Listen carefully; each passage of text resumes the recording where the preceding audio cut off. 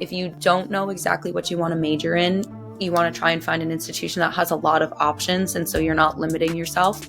If you do know what you want to major in, make sure you're exploring institutions that have the major, or at least a pathway to the major that you want to explore.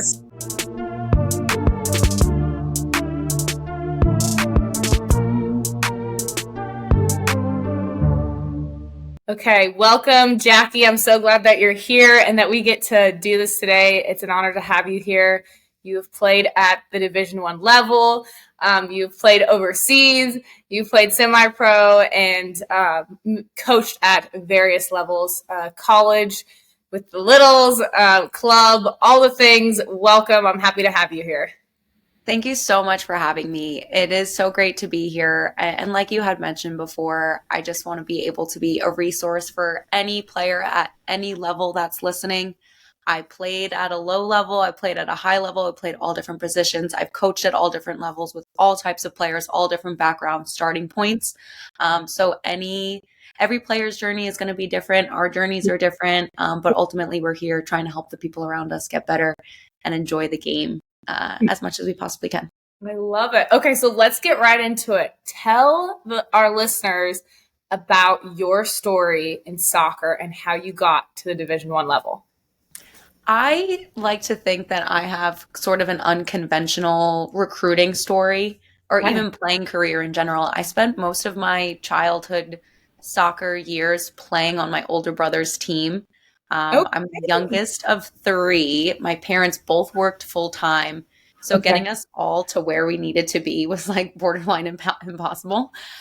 So it was easiest if my mom just dropped me and my brother at the same place for practicing games.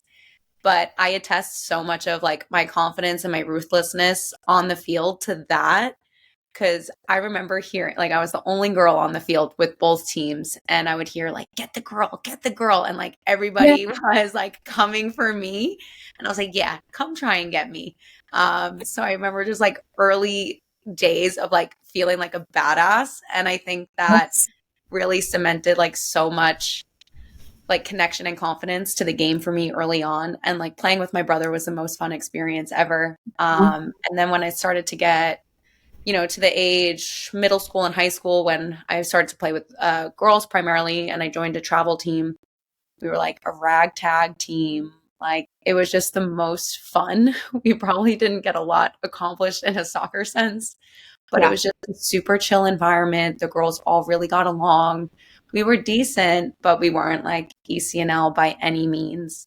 But I never wanted to leave. I always wanted to go to practice. My mom had asked me, like, do you want to go try out for this club or this club? And I was like, I'm happy right where I am. I'm having a really good time. So I always just had like really positive soccer experiences growing up. And on top of that, my parents were never on me. Like, my parents were not soccer players. They just 20 years later, like, understanding when offside is on or off. So they would pick me up, drop me off, come to my games, and I felt supported, but I didn't feel like I had to prove something to them, or this was like the defined my being as a young player. So all of my young soccer experiences were extremely positive, and I think that's why I wanted to continue to play so bad, because I just truly, truly loved it. My recruiting process was a lot. I didn't have any resources. Like, there was nobody from my team or my town, my high school, that really went on to play at a high division, or even, there wasn't a lot of girls that went on to play college soccer from the club that I played at.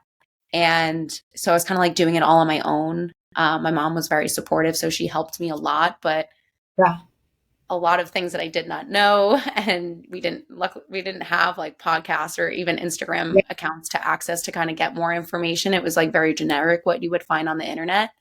So it was overwhelming. Like, I sent all my emails. I tried to go to as many events as I possibly could, and just putting myself out there. I went to a lot of ID camps as well.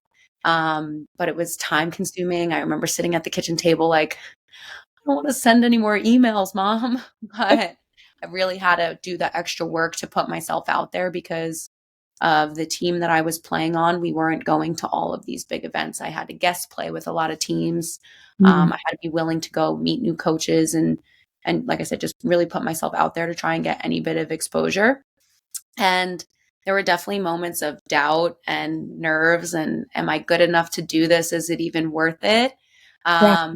But my mom would just always take me back to like, you've been doing this for the past like 15 years of your life and you've always been so happy. Like, let's just keep pushing and keep doing it. And if it winds up not working out, it doesn't work out. But you have to at least say that you tried. Yes.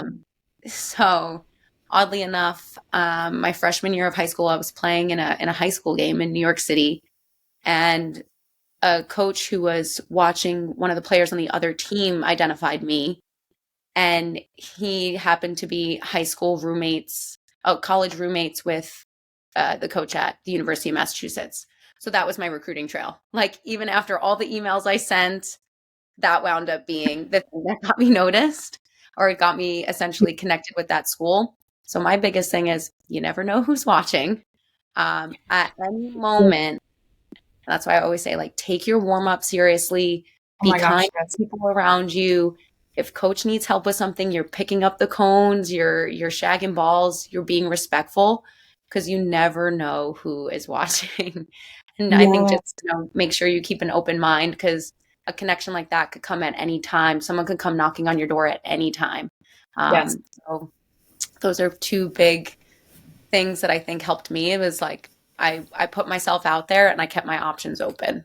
I love that. That's like that saying that, luck is when preparation meets opportunity. Mhm. You were prepared, the opportunity, and then and like and I love that you also talk about putting yourself out there because for all, especially kids who are listening who work with me and know what I teach, I tell them like one of the biggest pieces to getting recruited to playing to the next level is self promotion.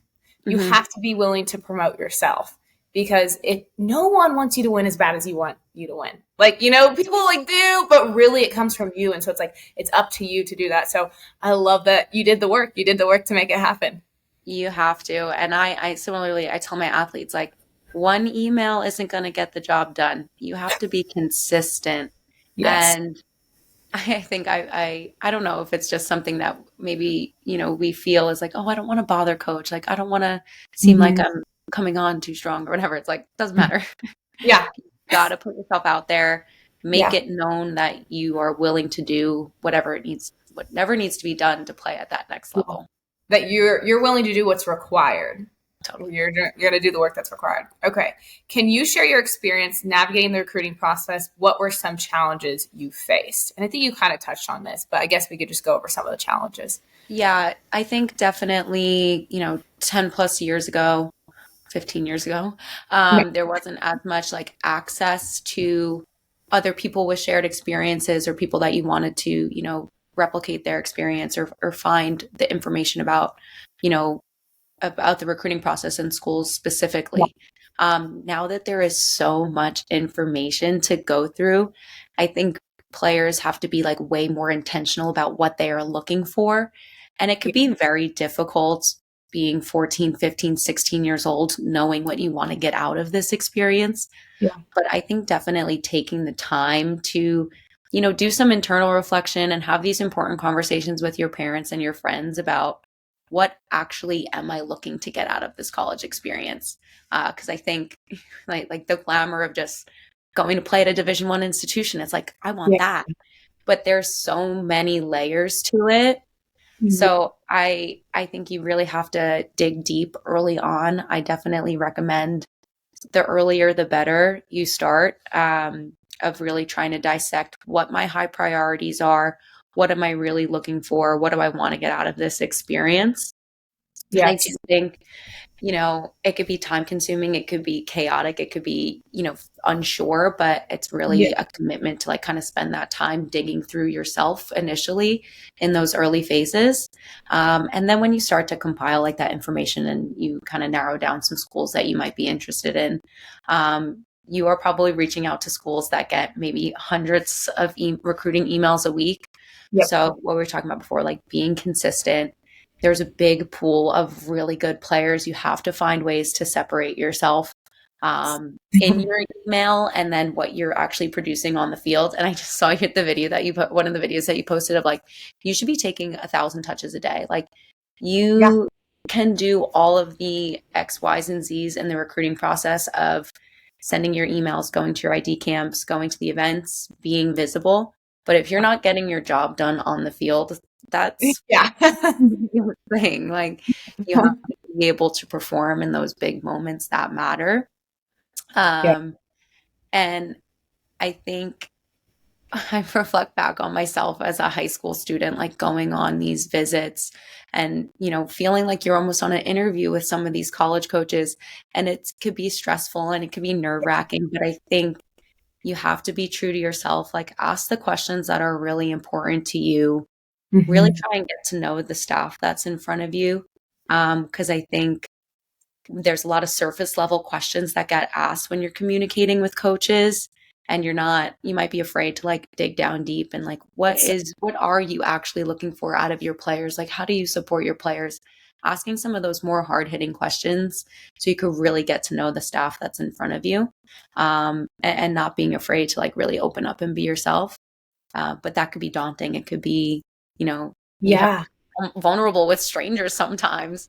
But I think if you want to get the most out of your experience, um, those are the types of questions that you need to be asking and the types of information that you should be looking for if you want to really feel like your college experience is going to be like impactful to you as a person. Um, but like I said before, like being diligent, being organized, being consistent with your communication, all of those things will help make the process and getting to that final point easier. Self promotion, it's not going to happen on its own. You have to be willing to do a lot to get Yeah. there. It's extremely competitive at every single level, Division 3 all the way to Division 1. Even some of these NAIA programs, it's Yeah. extremely competitive. And you don't get to just like walk to a program because you want to. Yeah. So you have to be willing to go outside the box and do the things if it's what you really want to do. I love that. So how was your college experience? Did you felt like, you found that was the place for you? Was it rough coming in? What was the transition look like? Because I also want players to know that, because the ones that aren't there yet, or they're in your first year and you're listening and it's not going the way that you thought it was going to go, like that is the story for most. Oh my God. Like it was not the way that I wanted it to go my freshman year. I remember like calling my mom every single day in preseason, like, I don't think I can do this. Oh, And she'd always be like, get through the season, get through the season, get through the season. Um, and it took until like the spring semester of my sophomore year before I really like grew into my own. But the amount of work that I had to put in up until that point was like nothing I've ever experienced. And I think it could be really difficult. Most of the, college players that go on to play in college are probably top of their team, have always been starters, or have always gotten the ability to play a good amount of minutes. And then suddenly you go into an environment and you're like, wow, I'm not even stepping onto the field, or like I didn't even make the, practice squad starting 11. yeah. And it could be it hurts, right? It doesn't feel good. And especially as competitors, you feel like you're letting yourself down, you're letting your family down, you're letting your team down, you're letting your coaches down. Um, and I think in that process, in that first year for me, my freshman year, I didn't necessarily I probably didn't have the conversations with my coaches that I should have had of like, what do you need from me? What exactly should I be doing? And I still was able to like figure it out on my own, but I think feeling like I could confide in them and having some of those conversations could have I could have accelerated a little bit quicker. But Yes. like, I didn't want to let them down and I didn't want to like show them even more so that I was struggling. But it was challenging every single day. But I knew at the end of the day, like I wanted to compete for a starting spot. I wanted to compete to be on the field. Like I wanted to be on the field. And this is probably a conversation for a whole other day, like how the transfer portal comes into play. Oh And yeah. just because you're not doing well in your freshman year, oh, I should transfer. that's not necessarily the answer. I think I thought about transferring at times, but I'm so happy that I never actually explored that option because I really learned what like grit and grinding it out Mhm. really entailed. And it wasn't pretty every day. Like I said, I cried a lot. I was upset a lot. Um, but I had really good teammates. I had a lot of hardworking people around me where I was just Yeah. like studying and observing what they would do. And I was like, oh crap, like these girls are going on runs after practice. Like I need to be doing more. Or, like we have a day off, but this group of girls is going to hit free kicks. I'm like, oh, I get it now. Like this is what I need to be doing. Yeah. Um, so instead of like feeling sorry for myself and what was me after, a semester, I was like, okay, these are the things that I need to be doing. And eventually I got, um, like I played a really integral role in my team, my junior and senior year. But those first 2 years, Yeah. it's nothing you've ever experienced. You're working as hard as you ever have every single day. And you're in this whole life transition. You Yeah. just moved away from your family. Like, oh, it's crazy. You're living somewhere new. You're trying to manage all these things. But I like that you said that you stuck it out, Mhm. and I think that's so true for so many athletes. Like, at least make it through the first year. Like, you Yeah. should not consider transferring anything unless you have, and not if you have like, okay, I kind of tried. No, you Mhm. gave your all. You're at least a full year. So I'm saying fall, like even your winter training, your spring Mhm. season, and then again your like you have to do the full thing, stick out the whole spring, right? Because I think even in the fall, they're like, because you don't have a lot of time to Mhm. actually get into it, right? Because you transfer, you come in, you have like a little bit of preseason, and then it's like, what, 5 weeks and 4 weeks, and you got a preseason game? Like Oh, you're not even kind of ready. not even close. And I get jealous of the sports that their true competition is in the spring because you literally have like 7 months before it really, really matters. And then with soccer, it's like, okay, here's 1 month to prepare and become an integral part of this team in the Yeah. fall. Good luck. You think about when you're on the younger side too. Like I was still 17 when I came in, Mhm. and I actually played for a junior college when I first came in. But I played like, and it started so fast. It started so fast, and because I had my injury, actually redshirted, which was like the best thing Mm. that I could have done. But if you come in young and you're 17, you could be playing. You're playing with women. You could be playing with someone who's 22 years old. You know what I mean? And so it's like you're still like a little kid, and you're A dealing with little adults, and you're like, I'm not ready. I was not prepared. a little kid. And like I had never stepped foot in the gym before I went to college. I was like an absolute twig and I was getting ran by, like ran over. Like you said, there's so many different components. Like you suddenly have all of these social pressures, school, Yeah. you're on your own. You have to deal with, laundry and feeding yourself. And it sounds Yeah. like such a big thing, but when you suddenly don't have your family around, it's like, oh crap, I have to do everything on my own. Yeah.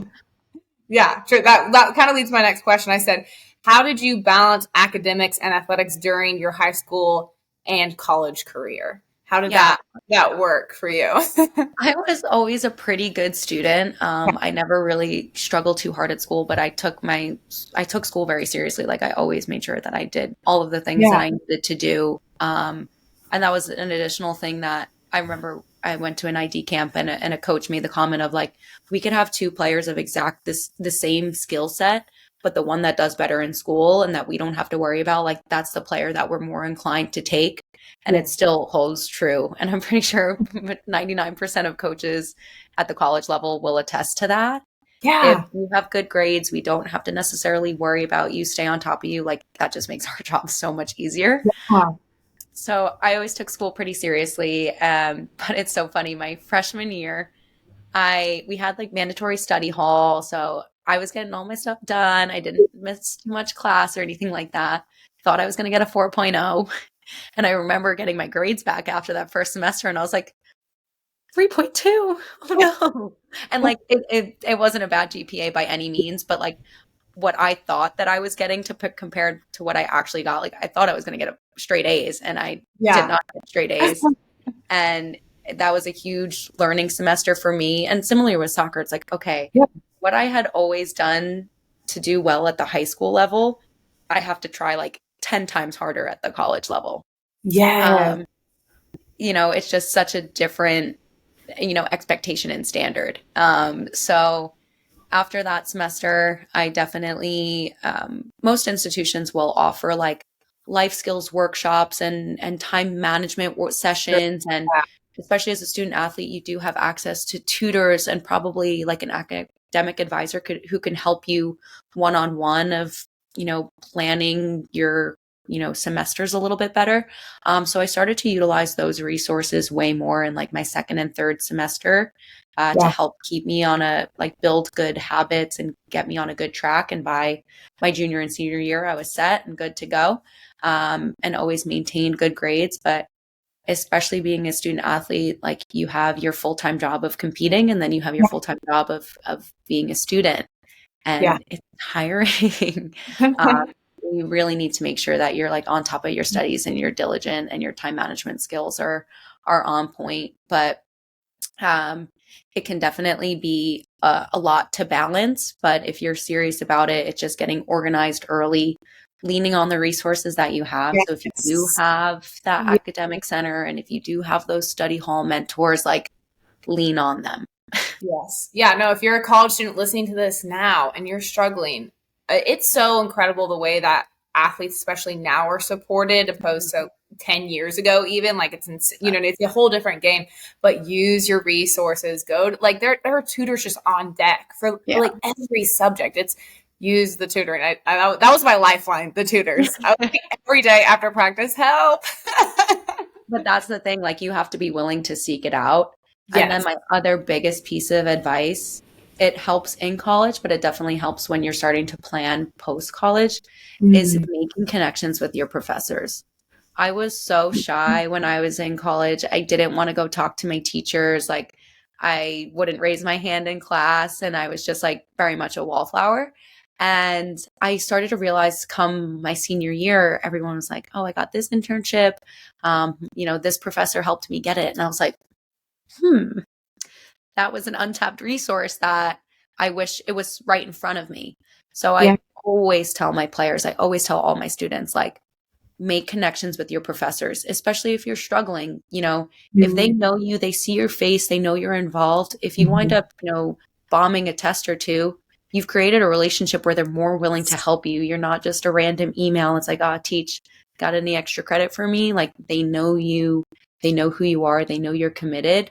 Yeah. And the more time you spend like building that bond with your professor, like it could be a saving grace if you Yeah. wind up doing Go poorly with. to their office hours. Even if you're just going to say hi and talk a little. Obviously, professors, coaches, we like to talk, right? We like to talk about the subject that we're passionate about. It's not going to be hard for them to expand on Yeah. one of the points from that. So, and similarly with your coaching staff, like go build, especially in your early, like you're coming in, Mhm. go like make the effort, stop by your coach's office. Like some coaches like have the hours, you can stop Yeah. by, do it, build the relationship, try and it's huge.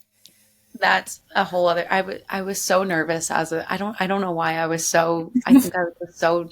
I wanted to be important and I wanted to like not let people down. Like I never went into my coach's office. I never like want to watch film, and I'm like, why didn't I do these things? And I just like have to express how important it is. It might be a scary, nerve-wracking experience for you to go sit in front of your coach and be like, tell me what I need to work on, because it's like, Yeah. shit, I'm about to get ripped apart. But it does nothing but help. Coach sees that Yeah. you're invested. They know that you want to learn. You're able to Yeah. build a bond, learn, express what's going on with you, and they might be able to help you more than you think. Yeah. 9 times out of 10, they're more willing to help you than you would just assume. So can't preach that enough of spending time with your professors and spending time with your coaches, building the relationship, asking for help if it's needed. It could go such a long way. Yeah, no, that's so true. And I think a lot of coaches are, well, also you're going to get better at soccer, Yeah. and if you're a player listening to this right now, you're already passionate about moving on and getting better. But especially even if you're that college player who's looking to go pro, you have to be in the office. And because you have to be learning, like your skills, everything go up, but your IQ, you have to be able to just like a bird's eye view of the field. You need to be able to understand that. And if you're not going in, you're not studying, you're not just watching it by yourself, but having the person who watches it all the time, who knows it, saying, hey, look, man, like you are 2 feet too tight. Like you should have been, pulled out right here. Your hip should have been, just those little things. And then they show you why. And like, I remember having those moments and being like, oh my gosh, like, DS. I was like, wow, I was really off. Like, it's like, wow, I was so far out of position. But I think like the trickle effect, like I think sometimes when you're a player watching it by yourself, you're so zoomed in on like what you did with the ball, and like you have to have this bigger bird's eye view and like see the whole picture. And when you have coach like articulating it, the more you can articulate the game and like talk about what's happening, you'll be a better soccer player. I don't know if you feel this way, but like my playing ability has gotten so much better when I started coaching. Yeah. Oh, yeah. There was a period of time where I was coaching and still competing at a high level, and I was like, wow, my brain is the reason why I'm even on this field right now, because you're able to see it in a different capacity. So the more you can listen and take in everything your coach is saying outside of the training session and having those conversations in film could go so far. No, that I love that. And that kind of leads me a little bunny trail here. But if you're a player and you're serious about the game, you're serious about improving, and you also might want to stay in it afterwards in other ways, like you and I have on the coaching, like on your summers, in your breaks, like start the sessions, right? Like either work for a club, very easy, even like the little kids, it's going to be pretty chill. But I'm also a huge believer on like one-to-ones, like start like learning your one-to-one session. I mean, that was the foundation of my entire business. I literally built it off like one-on-one sessions, and it's good money for one, but also like it teaches you so much also working individually. I think you should have both. But individually you're like, oh wow, I got to be really patient. And my coaches are super patient with me. Oh God, you 100%. And I love that you say that, because I was the same way. We would come home like during summer breaks, or you're even just in high school, like you're a competitive athlete. You don't have so much time to like go work a full shift at Starbucks, or I always wanted to work in in a restaurant, and my mom would never let me. She was like, do something that's soccer specific. I reffed for a long time. I would do all of these clinics, and just continuing to be around the game. The one-on-one gives you so much. It teaches you the patience, like you said. It teaches you how to help people around you, because I think that's a big thing when you start to be like a better teammate. How do I verbalize an improvement so it doesn't sound like I'm criticizing you? How do I communicate an idea that you may not understand? Like how do we problem solve quickly? So working one-on-one, and then working in a team setting, like it teaches you different things as a coach. And it's such an easy thing for high school and college players to do in their free time. There's so many people that are willing to work with college athletes, and because they want to continue to have like people like that in the space. I have like an open invitation to any of my college girls if they want to come out to my little ones practice session at any time to watch, observe. They're more than welcome. I try and get them involved like with our rec programs and things like that. Because when you start to zoom out and like see it from the bench and see it as a coach, it gives you like, it opens up so many doors up here. You have to start to think about the other positions on the field. Like you're not just zoned in on your position, things like that. So especially if you're looking for leadership roles in a team, and as you move up and as, either high level college or you're looking to, play professionally, coaches lean on those captains, because the captains have to know those things, and they have to, help manage the entire chemistry of the team, and like in those hard moments. And if you're so you're basically coaching, and that's why it's such a great skill. So I'm definitely a big believer of that. So players, get into some coaching for you. Okay. What factors, and you kind of touched on this, but let's give me like 3 main things that you would say to consider when choosing which colleges to pursue. So someone in high school, what are your 3 things? You're like, look into this. I will say that it is going to vary based on, maybe your resources as a family. So I do think financials plays a big role in that. So Mm. I I think that was a big thing in my recruiting process. Like the financial aspect was a huge thing Yeah. of just like finding a package that made the most sense that was going to put me on a good path post graduation. Yeah. So I would say, having a good understanding financially of what your family can afford, what makes sense for you, if you can take out student loans, things like that. I won't put that on as my number one, but I will put that as a thing to think about in the background. But um, I think the top thing that I would say is coaching staff and player relationship. So if you are fortunate enough to like be on campus, watch a game, watch a training session, seeing the vibe of how the coaches interact with the players and how the players interact with themselves, because you're going to be spending a lot of time with all of these people, and you want to enjoy this experience that you're having, and making sure that it's an experience that will feel fulfilling to you. Because if you go watch a training session and everyone's goofing off, you're like, wow, I will not do well here. I'm going to get so mad. I'm going to get so irritated. Or Yeah. if it's a training session where everyone's like super hard on each other and like it's really, really intense, it's like, okay, maybe this is a step too far for me. So I would definitely put, you know, relationships at the top of that. Like, what's kind of the culture of the program, the culture of the Yes. coaching staff. What's the vibe here? Yeah. So I put that as high priority. What I should have said was number one was academics. Yeah. Oh, yeah. You're student athlete. Academics definitely. So make sure, if you don't know exactly what you want to major in, you want to try and find an institution that has a lot of options, and so you're not limiting yourself. Mhm. Um, if you do know what you want to major in, make sure you're exploring institutions that have the major or at least a pathway to the major that you want to explore. Yeah. For a lot of like nursing or players that want to be doctors and things like that, like make sure they have a good biology program. Yeah. If you know that you want to be like entrepreneurial and do your own thing, good business program, all things like that. And so academics first, and like what's the job placement after, what's the graduation rate. So that's ultimately why you're going to play in colleges, because at the end of the day, you're trying to graduate with your degree. And if your coaches don't make that important, that is an issue. And then, um, in a soccer sense, I think understanding what's important to you, understanding the type of player that you are. Um, I played at a program that played very direct, and I was not a direct type of player. So I didn't do my like soccer and tactical research well enough. So I would say make sure you're watching games. We have so much, everything's on ESPN Plus, everything's on YouTube. You're watching how the team plays and getting an understanding if it makes sense for me to be in this environment. There are certain conferences across America that are like so overly athletic and so overly physical, and like that doesn't make sense for you to compete in that conference. Like you might not get a lot of time. Like you have to think about, the soccer that is actually being played there as well. Yes.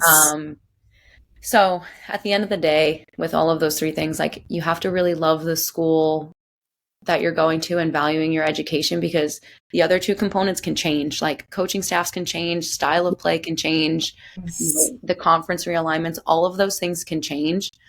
So making sure that you are, at an institution that's good for you and is going to be good for you post college and leading into your career, and that will set you up on a good path. That's Yeah. definitely your number one thing. And then hopefully enjoying the people that you're around, and then enjoying the style that the game is played in. If I could go back in time, that's how I would have done my order. And kind of those are the things that I would have focused on a little bit more. I love that. I like that you emphasize like the playing style. I talk to players a lot about like know the system of play, because the way that it like it's built out now, there are so many specific systems that are just taught like, hey, this is our system of play. This is how we build out of the back. This is, and it's an actual system. So it's not very hard to learn, right? You watch a little YouTube video and you're like, okay. And a lot of time they're replicating like these big teams like Barca, Madrid, like whatever it is. And a lot of times that trickles all the way down to the club team. So if you already know you're like your club team, I'm like, oh, we already play this system. You're like, you're going to probably have a really great transition knowing okay, they play the false nine. Like Mhm. that's becoming more popular. You know what I mean? It's like, okay, like I know I can play that, and Mhm. I'm gonna feel confident, and Yeah. you're not gonna have to. Also, coaches are gonna love that because they're Yeah. not gonna have to teach you a whole new system of Mhm. play. So I love that. Know the systems of play for sure. Okay. Can you discuss the role of youth development programs in shaping your skills and passion for soccer? Totally. And I think we talked about it, the Yeah. patience. Patience is a virtue. Um, I the youth development programs that I'm involved in, like they give me so much. The intensity and competitive level of being in the college environment is amazing, and it fulfills like half of me, and then the other half is like going back to my roots of being around just like pure joy and passion around the sport. I Yes. love seeing the excitement that some of these young players get when they come to practice, when they score a goal, when they beat their juggling record. Like that fills me up. That fills my cup. And I think the collegiate level, it can be exhausting, like the coaching environment, like the NCAA, like there's so much that can make it really difficult and really hard, and really intense. So like the youth aspect of it, like just gives me so much light. Yeah. And ultimately I had probably in the first like 16 or 17 years of me playing, like I didn't have a female coach.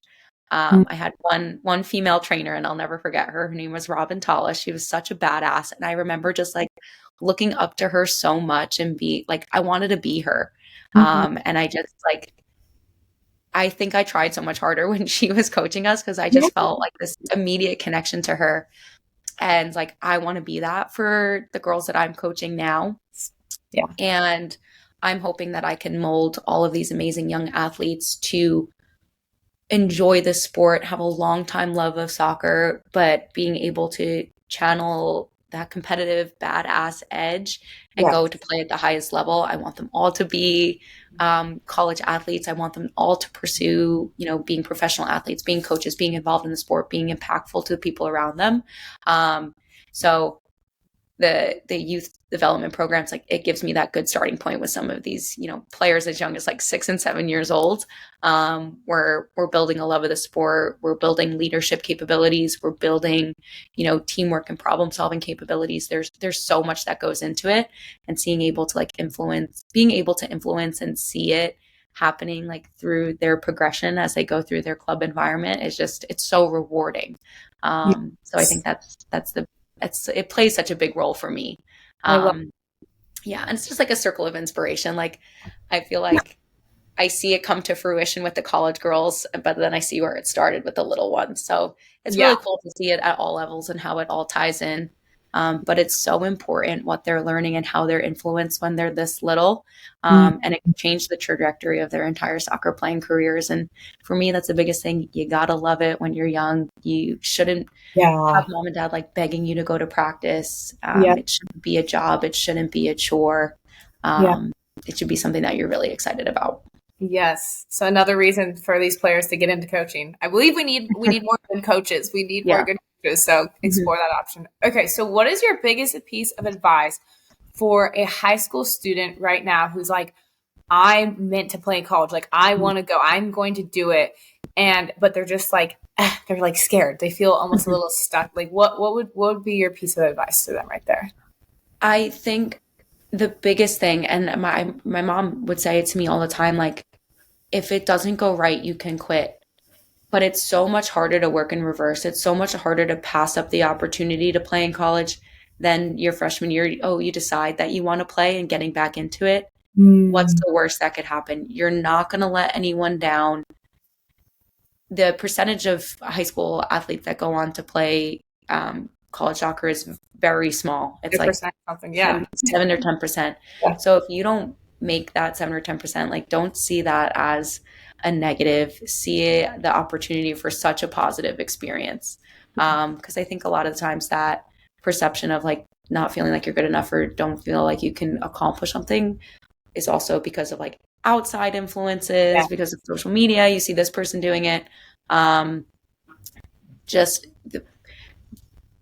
going through the journey of working towards something, putting a lot of time and commitment to it, and seeing how it comes to fruition, like that experience in itself is so rewarding. Of, Yes. really trying to achieve something, like that is a learning experience for you in itself, regardless of if it works out or not.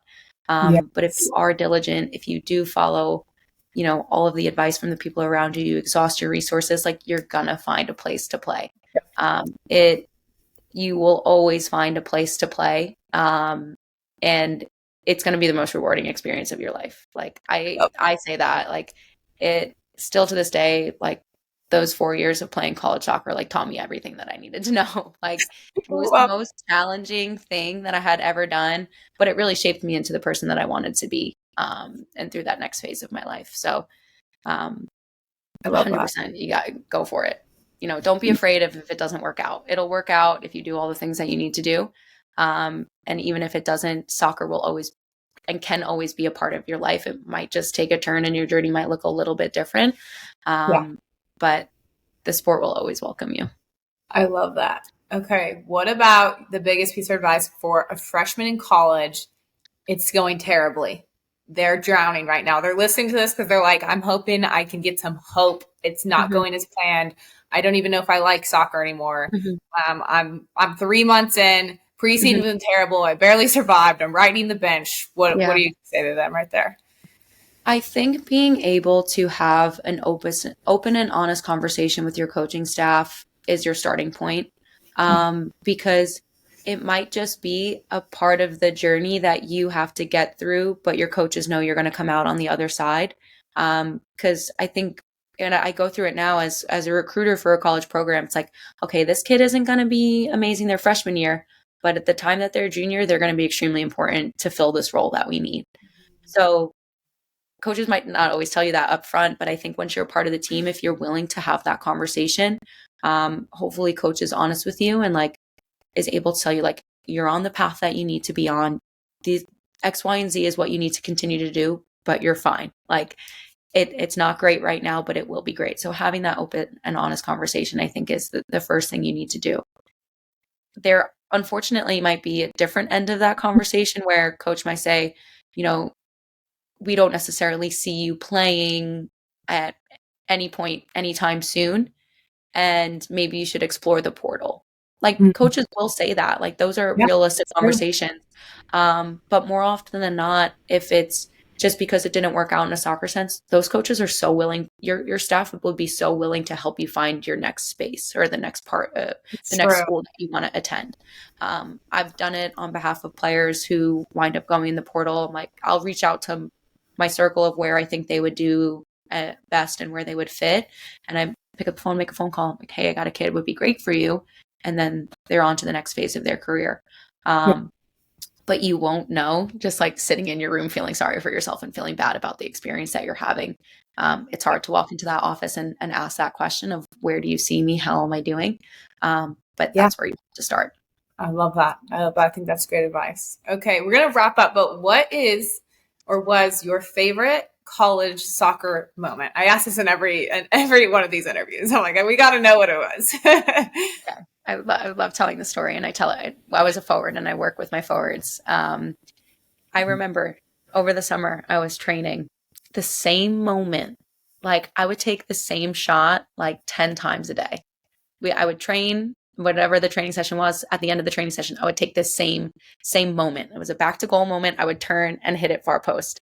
And I remember one day in the training session, like I started crying. I was like, I couldn't hit a shot. I was just like a long week. I was having a breakdown. I think it was like 3 games in, with 3 seconds left in the game. I get a ball back to goal, turn and hit a shot far post. Yeah. And it was like the game, it put us into overtime with 3 seconds left. So it was just like that moment that I spent so much time on in training, like muscle memory couldn't be truer. And it happened in Wow. that game. And it's just like so vivid for me. And it's a story that I tell to my players of like, it's not always going to go right. It's not always going to be perfect, but if you put the time in, um, if you put the time in and you're committed to it, like you'll see how you can reap the rewards. I love that. That's amazing. I think this is amazing, and I think I'm hoping all the players listening take this and apply this. Thank you so much for your time. I think this is great. I'm really excited about this.